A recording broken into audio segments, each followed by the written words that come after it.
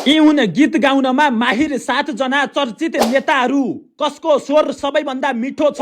Number 7 Pushpa Kamal Dahal Prachanda. राजनीतिमा जति कडा स्वरमा उति नै कडा छन् नेकपाका संयोजक पुष्पकमल दाहाल प्रचण्ड। उनी कहिलेकाहीँ सार्वजनिक कार्यक्रममा क्रान्तिकारी र सुशेली हाल्ने गीतहरू गुनगुनाउने गर्छन्। प्रचण्ड यसपटक रुकुम पूर्वबाट चुनाव लड्दैछन्।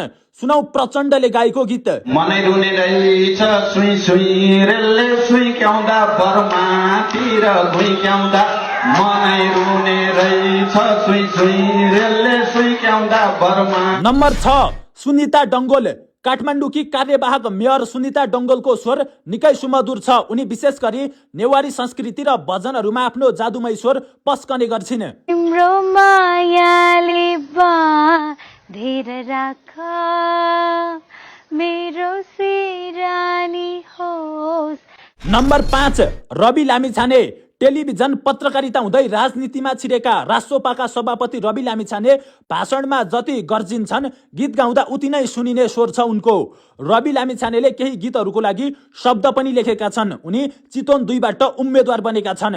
जहाँ छन् बुद्धका आँखा स्निग्ध शान्त र सुन्दर। नम्बर 4 हर्क साम्पाङ।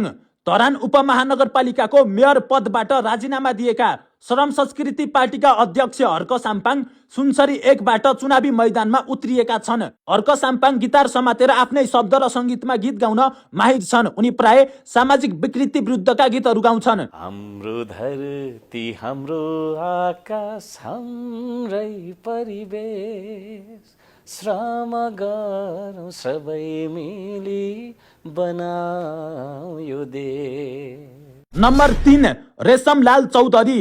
नागरिक उन्मुक्ति पार्टीका संरक्षक रेशमलाल चौधरी राजनीतिक नेता मात्र होइनन्, उनी आफैमा एक कुशल गायक र संगीतकार पनि हुन्। उनका थुप्रै लोक र आधुनिक गीतहरू चर्चित छन्।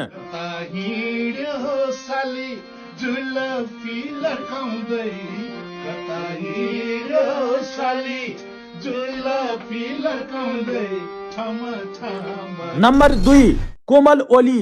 एमाले नेत्री कोमल ओली त पेसाले नै गायिका हुन्। उनले कला र राजनीति दुवै क्षेत्रमा आफ्नो बलियो छाप छोडेकी छिन्। कोमलले रेडियो नेपालको समाचार वाचकका रूपमा आफ्नो करियर सुरु गरेकी थिइन्, जहाँ उनको गम्भीर र स्पष्ट आवाजले देशभरका श्रोताको मन जितेको थियो। तुलसीपुरमा मजा देखेरी हजुर भेटै भयो गजबको तानेरी मलाई हेर्यो मजाले।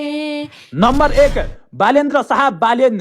अहिलेका सबैभन्दा चर्चित र युवाहरूका ढुकढुकी बालेन शाह। राजनीतिमा आउनु अघि नै उनी नेपाली हिपहप र र्याप क्षेत्रका एक स्थापित स्टार हुन्। उनको र्याप गर्ने छुट्टै दार्शनिक र आक्रामक शैलीले नै उनलाई देशभरका युवाहरूमाझ लोकप्रिय बनाएको थियो। काठमाडौँको सफल मेयरका रूपमा चर्चा कमाएका बालेनले अहिले एउटा साहसिक कदम चालेका छन्। काठमाडौँको मेयर पदबाट राजीनामा दिएर उनी सिधै झापा 5बाट चुनावी मैदानमा उत्रिएका छन्। झापा 5मा उनको प्रतिस्पर्धा एमाले अध्यक्ष एवं पूर्व प्रधानमन्त्री केपी शर्मा ओलीसँग हुँदैछ। बालेनको युवा क्रेज र आक्रामक घरदैलो अभियानले यो पटक ओलीलाई कडा टक्कर दिने अनुमान गरिएको छ। र्यापको स्टेजमा विपक्षीलाई डिस गर्ने बालेन अब राजनीतिको मैदानमा कति सफल होलान् त्यो त हेर्न बाँकी नै छ, तर उनको गायन र राजनीतिक साहस दुवै उत्तिकै चर्चामा छ।